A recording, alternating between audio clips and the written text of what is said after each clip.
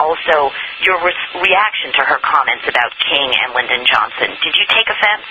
Well, this is fascinating to me. I mean, I think what we saw this morning was why the American people are tired of watching the politicians and the games they play. Look, Senator Clinton made an unfortunate remark, an ill-advised remark about King and Lyndon Johnson. I didn't make the statement.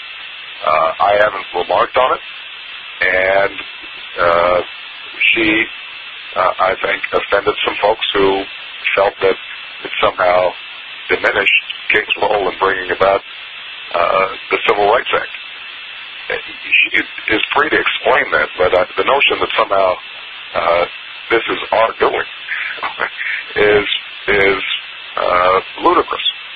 Now, I have to point out that instead of telling the American people about her positive vision for America, Senator Clinton spent an hour talking about me and my record in a way that was flat out wrong.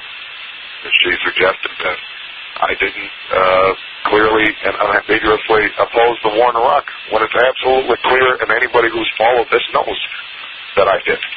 I stood up against the war when she was voting for it, at a time that she didn't read the intelligence reports or give diplomacy a chance.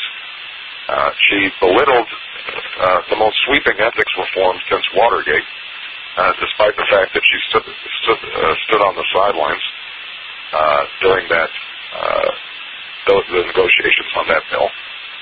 And I have to say, she started this campaign saying that she wanted to make history, and lately she's been spending a lot of time rewriting it. And I know that in Washington it's acceptable to say or do anything it takes to get elected, but I really don't think that's the kind of politics that's good for our party. I don't think it's good for our country. And I think that the American people are going to reject it in this election.